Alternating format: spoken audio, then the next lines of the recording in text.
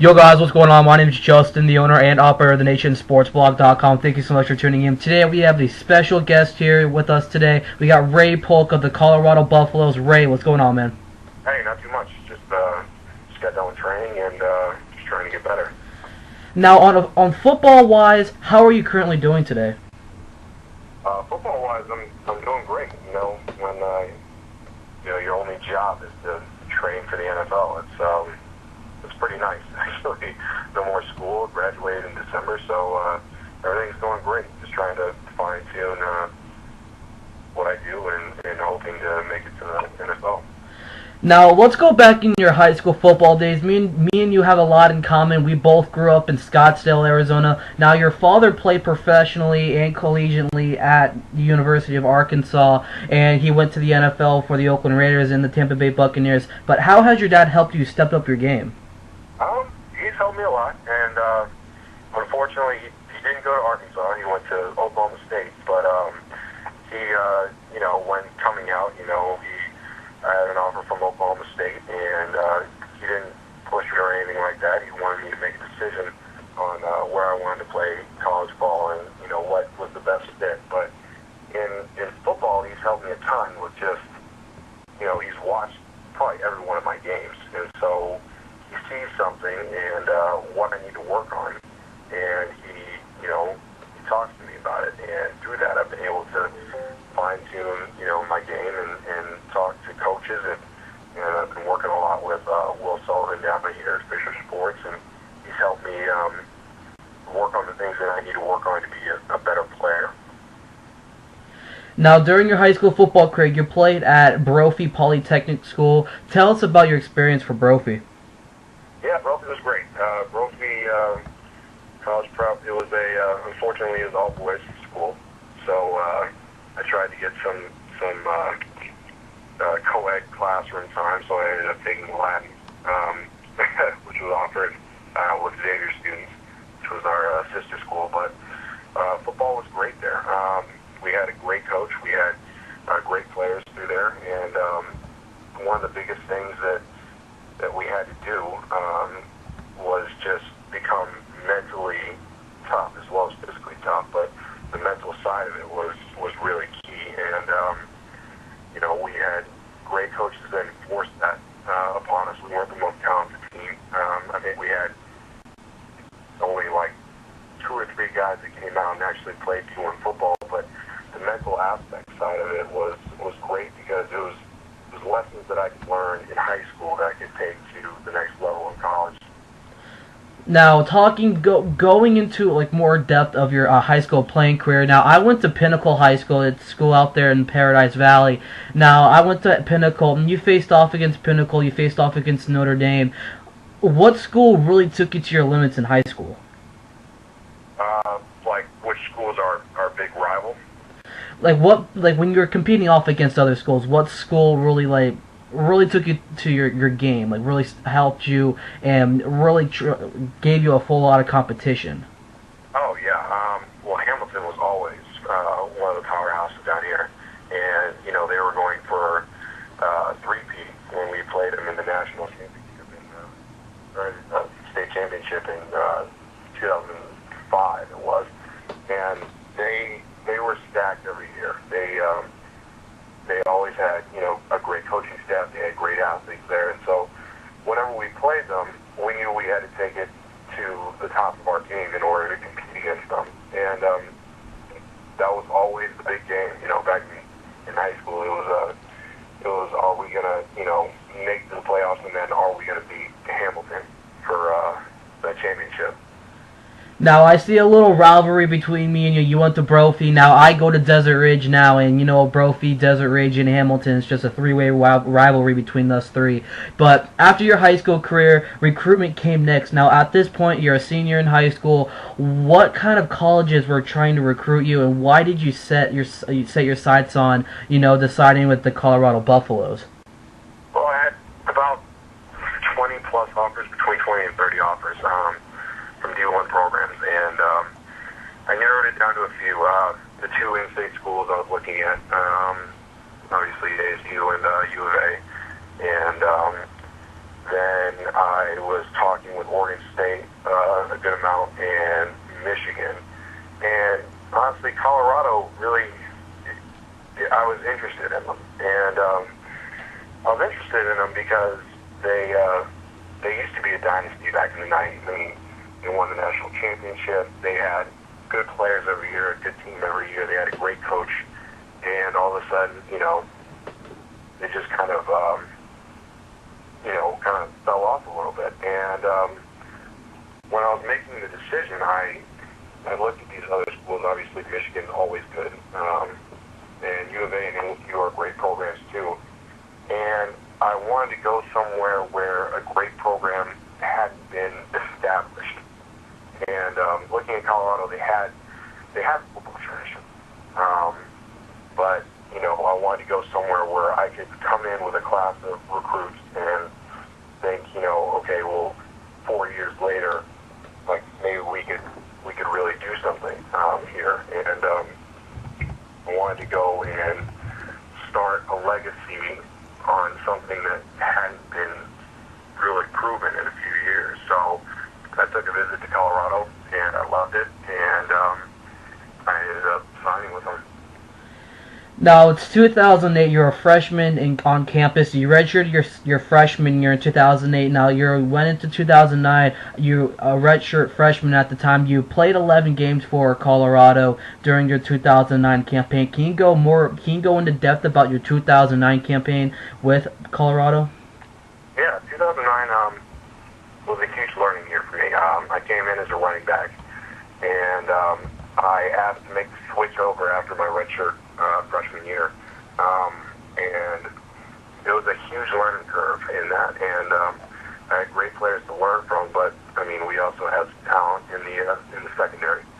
So my 2009 year was really just how I was going to fit into the program and what they needed me for. I played a lot of special teams, and it was between kind of battling for a spot on the starting roster, and it was weird too, because we were in training camp and the first game was coming up, and we had our set six, and I was second string by then.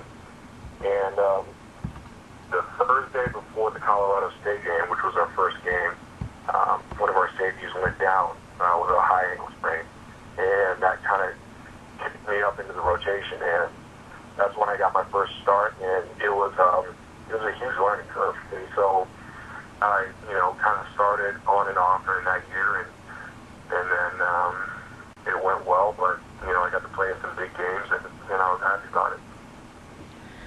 Now, going into, your sophomore year in 2010, now, you have a couple of injuries now. How hard is it, fighting an injury and coming back from it? Oh, I think it's as much mental as it is physical. And,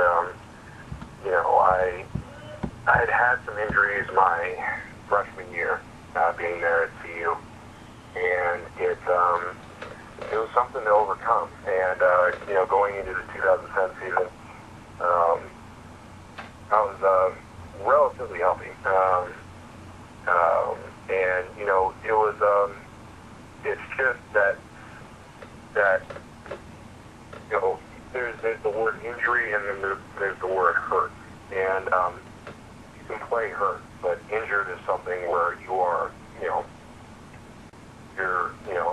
a liability to not only yourself and the way you play the game, but your team. And so you want to find a fine balance between, what you can and can't do. And if you know that you can't do something, then you take yourself out and you are injured. But as far as playing hurt, it's just a mental aspect of the game that a lot of people have to overcome. And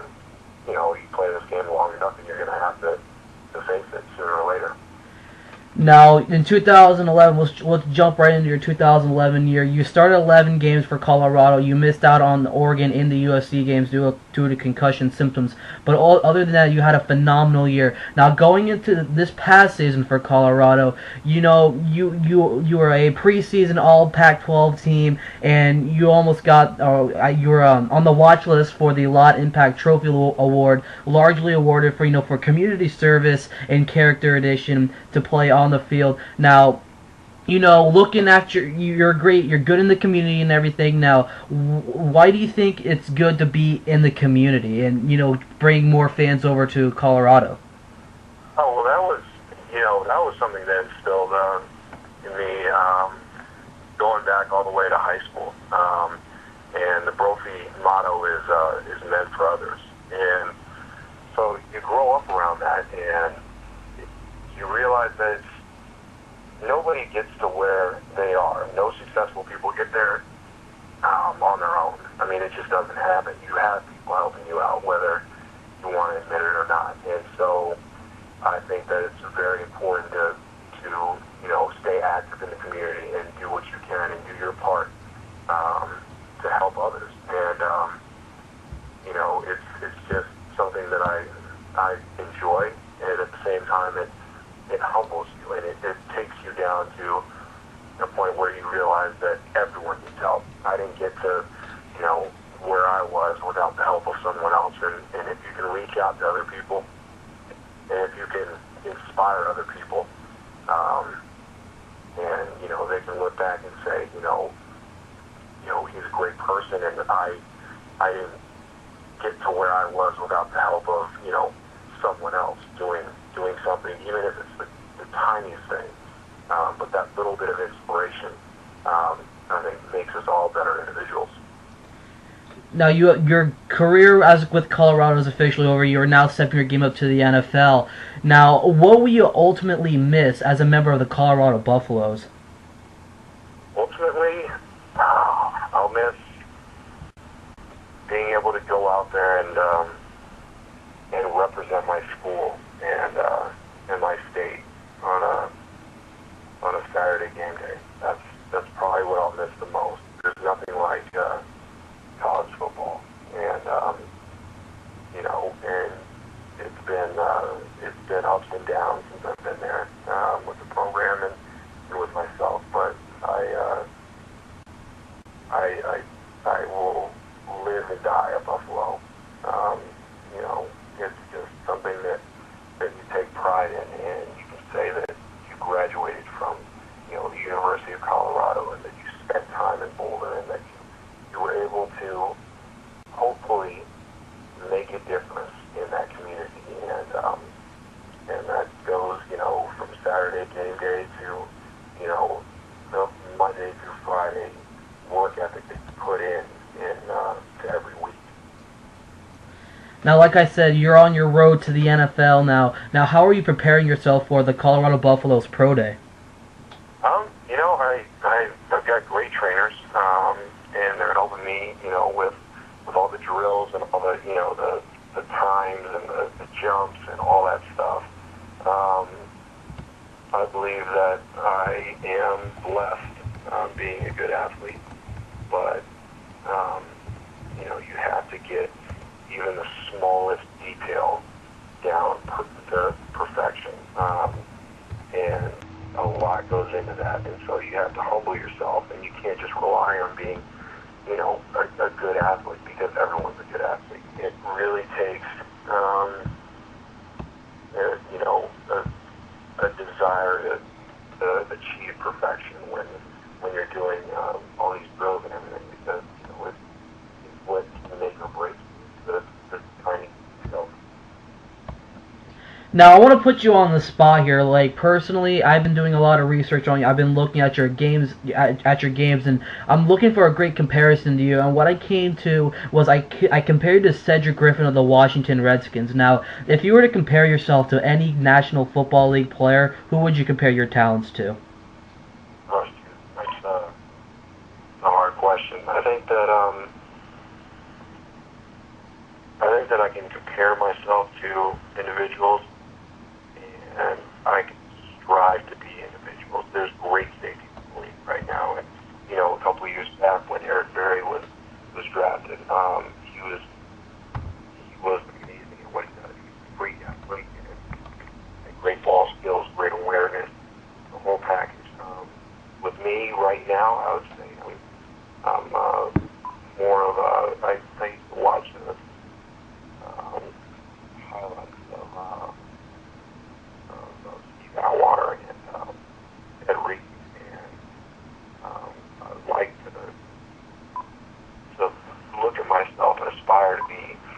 like one of those players.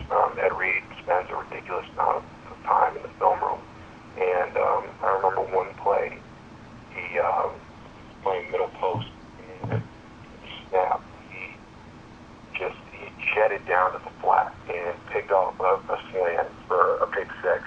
And I think that it takes that kind of preparation and know-how in order to make great plays at the next level, because everyone's fast, everyone's talented at what they do, and you try to.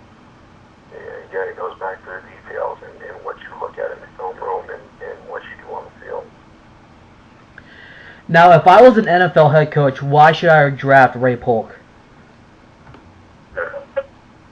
I think that you should draft me because I am a football player, and I am a humble football player.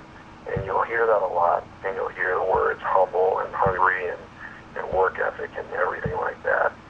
But honestly, you have to take yourself and break yourself apart in the film room and with every workout. And you've got to understand how you can get better. And even the best at their game always have room for improvement. I was actually watching the Drake documentary, and he talks about Denzel Washington still taking acting classes. And you think to yourself, like, who's going to tell Denzel Washington how to act? I mean, the man is an extraordinary actor, and you kind of scratch your head, and it's like, how can he possibly get any better at what he does? But the fact that he strives for perfection, and he tries to get better with every, acting class that he still takes, and that's the kind of preparation and kind of player that I really aspire to be. I know that I have things that I need to work on, but I will put in the time, and I'll put in the work, and I will play for the team that drafts me. Once you sign that contract, you are a member of that organization, and you want to represent yourself and your team as best as you can. Now, for our final question, what advice can you give to high school stars wanting to pursue a college football career? High school stars wanting to pursue a college career, honestly, again, it's honestly the details. If, say you are a freak athlete and all the above, you have to humble yourself to know that you will always have to get better, because there's always someone out there trying to take your job, and it carries over into the next level from college to pro. It really is about putting in the time and the work ethic that it requires to become that extraordinary player, and you want to be able to go out there on Saturdays and make an impact and inspire people and touch people on college game day. Now, Ray, thank you so much for coming on, man. Is there any shout-outs you'd like to give out to any friends, family? I'd like to give a shout-out to all the guys training with me at Fisher Sports. We all push each other, and there's always great competition, and honestly, you can't excel in this game if you don't have competition, and if you're not, hungry every day when you go to work. You're on Twitter. Where can we follow you on Twitter? What's that? You're on Twitter. Where can we follow you on Twitter? Ray Polk 26. Alright, everybody. This is Ray Polk of the Colorado Buffaloes, future NFL star. Ray, thank you so much for tuning in, man.